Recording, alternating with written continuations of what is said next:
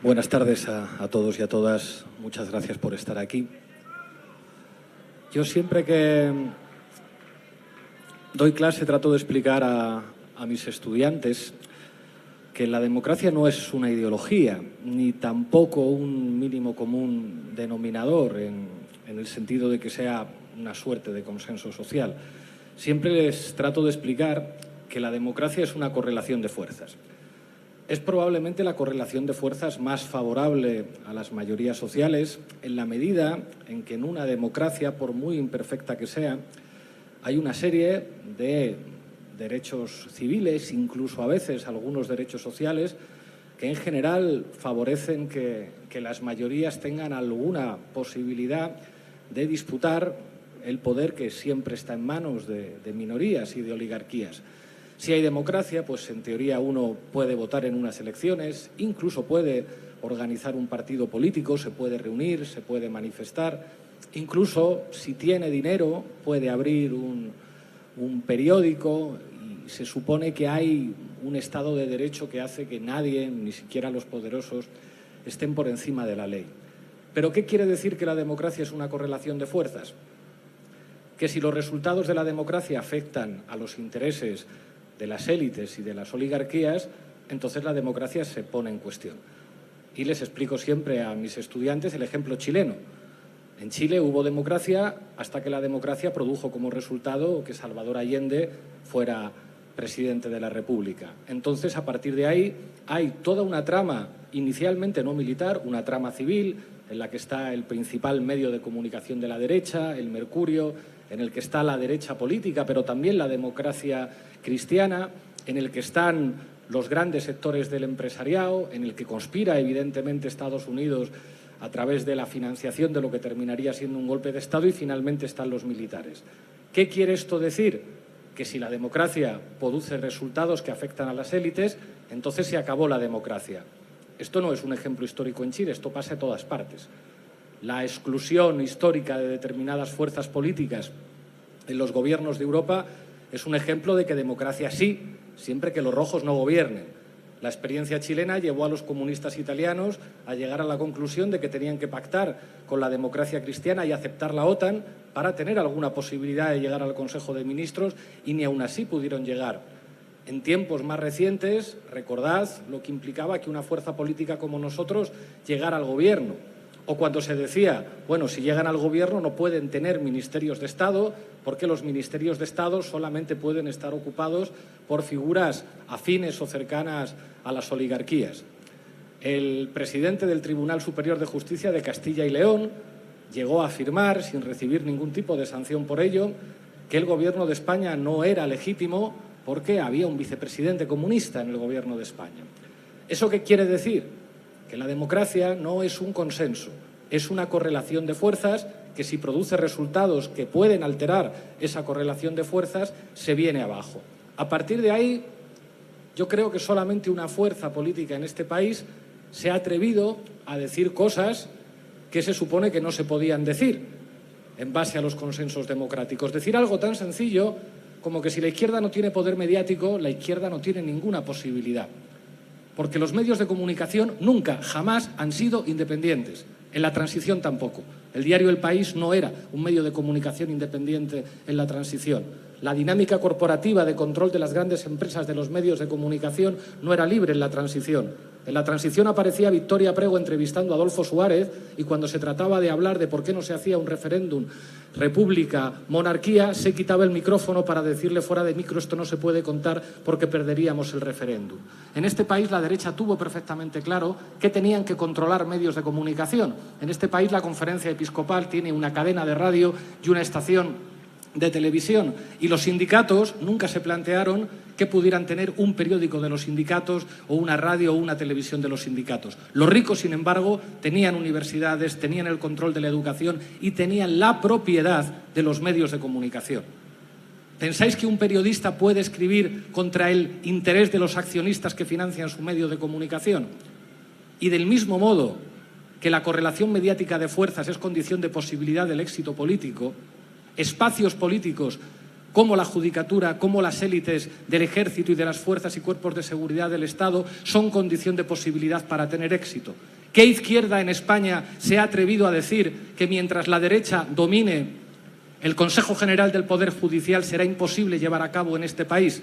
La derecha tiene clarísimo que tiene que controlar el Poder Judicial, porque sin controlar el Poder Judicial no podrían llevar a cabo su proyecto político. Los vemos en la ofensiva política de los jueces, pero lo vemos también en dinámicas de bloqueo absolutamente golpistas. ¿Qué izquierda en este país se ha atrevido a decir que hace falta gente de izquierdas en el Ejército, en la Policía y en la Guardia Civil?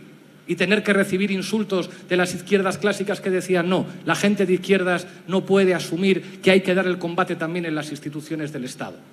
Esa izquierda ha sido Podemos, la que ha dicho hay corrupción en el periodismo, hay corrupción en las élites policiales de las cloacas, hay corrupción en las élites económicas de este país y hay que dar la disputa política también en ese espacio, porque la democracia no es solamente presentarse a las elecciones cada 4 años, la democracia también es que gente de clase trabajadora pueda llegar a ser fiscal o llegar a ser juez. La democracia también es que gente de clase trabajadora y gente con ideas de izquierda pueda ser un mando del ejército o pueda ser un mando policial o de la Guardia Civil. Porque si eso no pasa, aunque tengamos los votos suficientes, aunque tengas los votos para llegar al gobierno, en el momento en el que llegas al gobierno, el poder se hace valer. El poder mediático se hace valer. Los grandes corruptos en este país tienen carné de periodista y son capaces de imponer el miedo y que sus compañeros no se atreven a denunciar la corrupción evidente. ¿Cómo es posible que ningún medio de comunicación se haya atrevido prácticamente a difundir los audios en los que escuchamos al director de La Sexta conspirar con Villarejo, con Casals y con un jefe de unidades antiterroristas? ¿Cómo es posible que hasta el presidente del gobierno esté aterrorizado ante Ferreras, nos diga que tiene miedo de que ataquen a su mujer, pero después de escuchar los audios en los que Ferreras conspira contra su mujer con el bulo de los prostíbulos del padre, le conceda una entrevista? ¿Hay democracia cuando el presidente del gobierno tiene miedo a Ferreras? ¿Hay democracia cuando el presidente del gobierno no se atreve a cambiar la ley para que la derecha siga controlando el Consejo General del Poder Judicial? Por eso estas elecciones europeas son tan importantes, porque hace falta una izquierda que señale dónde está el poder y que esté dispuesta a disputar el poder en todos esos terrenos, en el terreno mediático, que es un terreno ideológico, y en el terreno del Estado. Por eso tenían miedo a Podemos, por eso querían destruir a Podemos, por eso necesitaban una izquierda cómoda con la que gobernar, porque Podemos dijo siempre que nosotros estábamos aquí para disputar el poder. Es un argumento habitual decir que los que defendemos la paz somos unos ingenuos.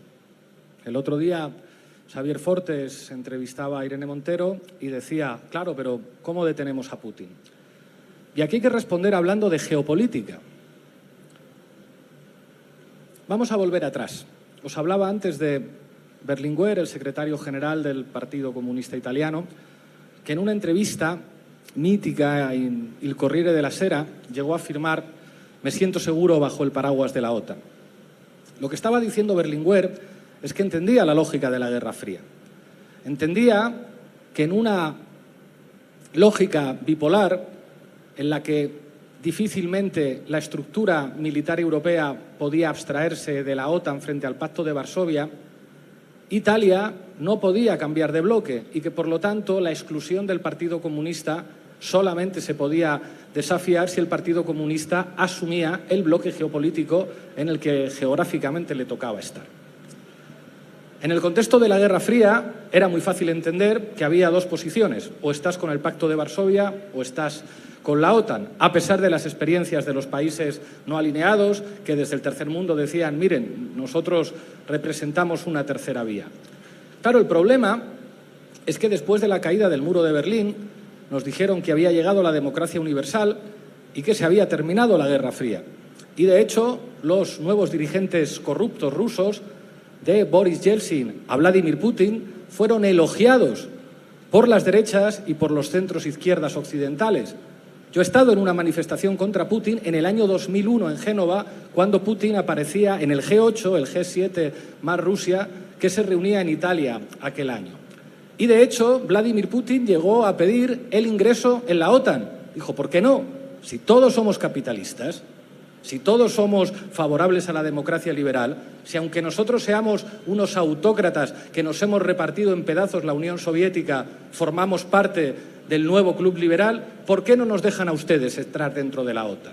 Y la respuesta a esto es geopolítica, y la dieron los geopolíticos alemanes como Haushofer o británicos como Harold Mackinder, que decían, en el momento en el que se pueda establecer una suerte de alianza entre Berlín, París y Moscú, el dominio mundial de los Estados Unidos habrá pasado a su fin.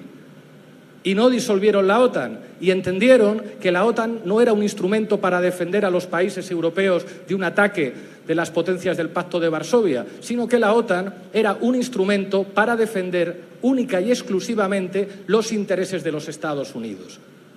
Y yo creo que no hace falta ser de izquierdas para decir que los intereses de Europa no son los intereses de Estados Unidos y los intereses de la OTAN, que Europa tendría que tener una definición de sus relaciones internacionales en contexto geopolítico que evitara por todos los medios una suerte de conflagración bélica en el territorio europeo.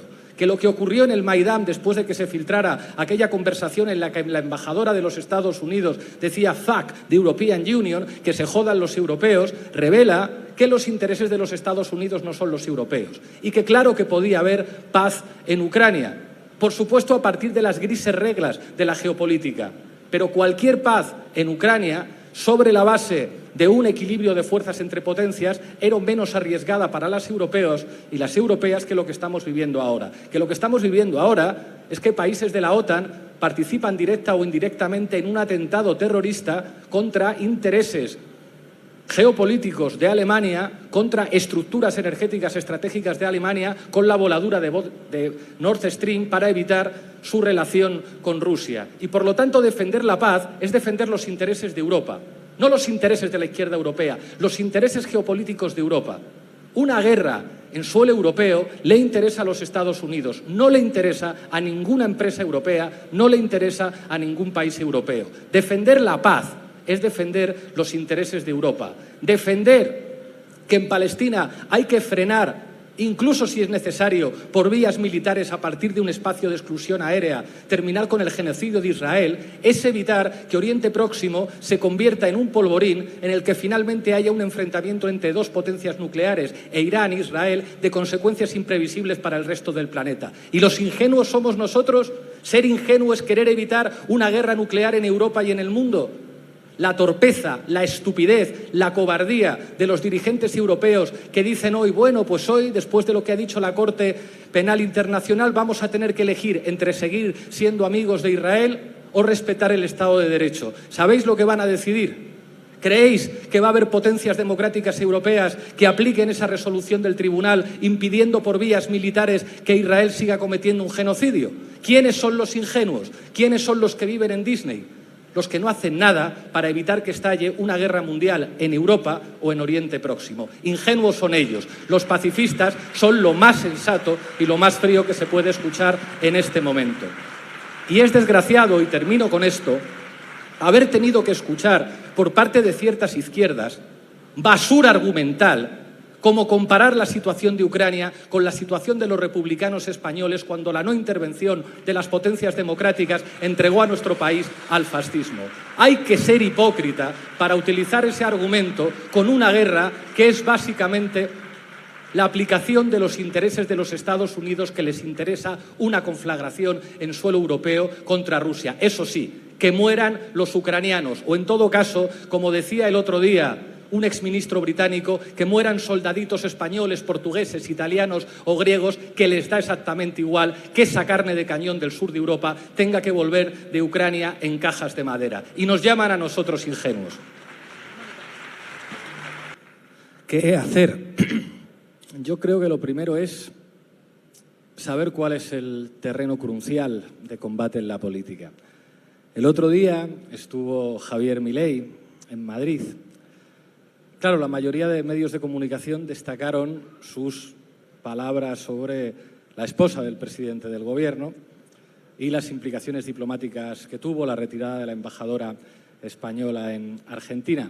Claro, A veces uno desea que Netanyahu se meta con la esposa del presidente del gobierno, a ver si esa es la vía más rápida para romper relaciones diplomáticas con Israel. Pero casi ningún medio de comunicación destacó otra parte del discurso de Milei, que además prueba que lo de la pelea con Sánchez no era algo improvisado. Manu Levin sí se dio cuenta y lo contó en la base. Milei dijo en su discurso escrito y preparado: ¿creen ustedes que porque yo sea presidente de la República voy a dejar de hacer lo que he hecho siempre? Me dicen que claro, ahora como soy presidente, pues no puedo insultar a nadie, tengo que seguir todos los protocolos, no puedo hablar mal de otro presidente, no puedo utilizar un determinado lenguaje. Pues claro que lo voy a utilizar, porque lo que nosotros hacemos es guerra cultural y precisamente porque soy presidente de la República, lo que digo tiene mucho más efecto y mi compromiso con la guerra cultural no es coyuntural, es absoluto, es mi manera de hacer política. ¿Sabéis lo que dijo en la presentación del libro que le editó el Grupo Planeta, a pesar de que es un libro lleno de plagios y en el que el diario La Razón, los mismos propietarios de La Sexta, A3 Media y La Razón, pusieron ahí un espacio para que Milei presentara su libro? Allí Milei dijo que la justicia social es una aberración. Esto es muy interesante. La izquierda muchas veces ha creído que nuestro trabajo, que el trabajo de la izquierda es mejorar las condiciones materiales de la gente. Y yo creo que esto es un error. El trabajo de la izquierda es luchar por la justicia social. ¿Sabéis cuál es la diferencia entre las condiciones materiales de la gente y la justicia social? Que justicia social es un concepto ideológico. Y precisamente como es un concepto ideológico, Milei, que tiene clarísimo cuál es el terreno de la política, dice: la justicia social es una aberración, eso es lo que yo voy a combatir.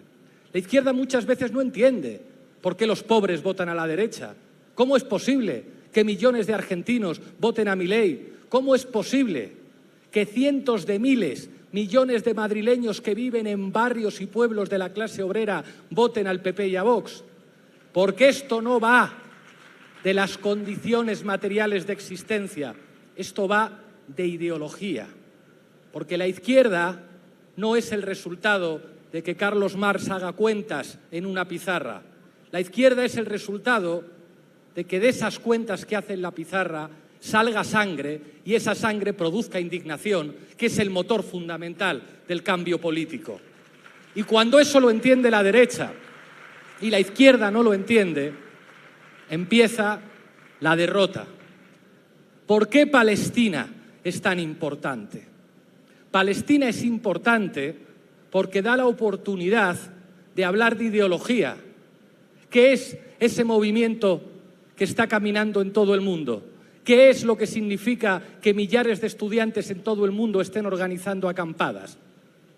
Un movimiento de rechazo ético, moral e ideológico a lo que representa un genocidio. Pero ojo, entender el genocidio palestino implica comprender la verdad sobre el colonialismo, la verdad sobre el sistema de apartheid, la verdad sobre unas relaciones internacionales dominadas por los Estados Unidos, comprender la hipocresía de Europa que hablaba del derecho de defensa de los ucranianos que niega a los palestinos, hablar de la hipocresía de esos que dicen que luchan por la paz y defienden a la OTAN.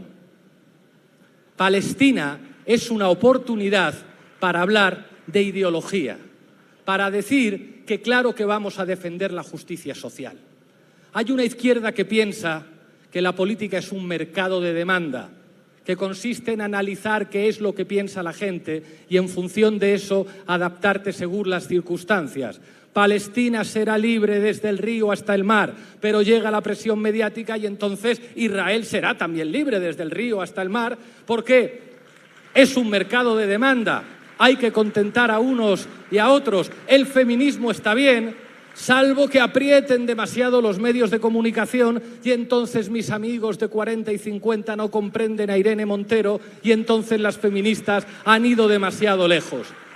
No entienden que el escenario de la política es un escenario ideológico, que cuando el Estado de Israel te llama antisemita, hay que decir, son ustedes unos criminales, son ustedes unos asesinos. Palestina tiene derecho a la soberanía, los palestinos y palestinas tienen derecho a todos los derechos civiles.